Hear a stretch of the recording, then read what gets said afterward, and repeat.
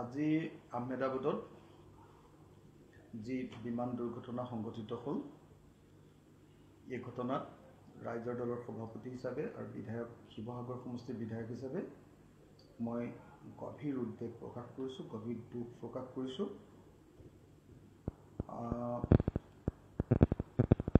Air ইণ্ডিয়াৰ এখন international ফ্লাইটত এনেকুৱা ধৰণৰ ঘটনা সংঘটিত হোৱাটো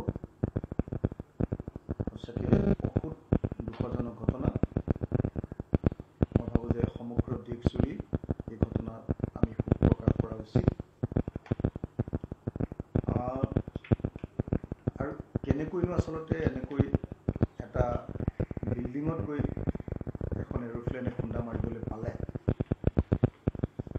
কি কাৰণত এই ঘটনা সংঘটিত হ'ল, তাৰো এটা অত্যন্ত উচ্চ পৰ্যায়ৰ তদন্ত কৰাটো উচিত বুলি মই ভাবোঁ। কাৰণ বিমানেই হ'ল আটাইতকৈ ছেফেষ্ট জাৰ্ণি এৰোপ্লেনে। তাৰপাছত যদি এনেকুৱা ধৰণৰ ঘটনা সংঘটিত হৈছে আৰু তাকো এটা বিল্ডিঙত খুন্দা মাৰি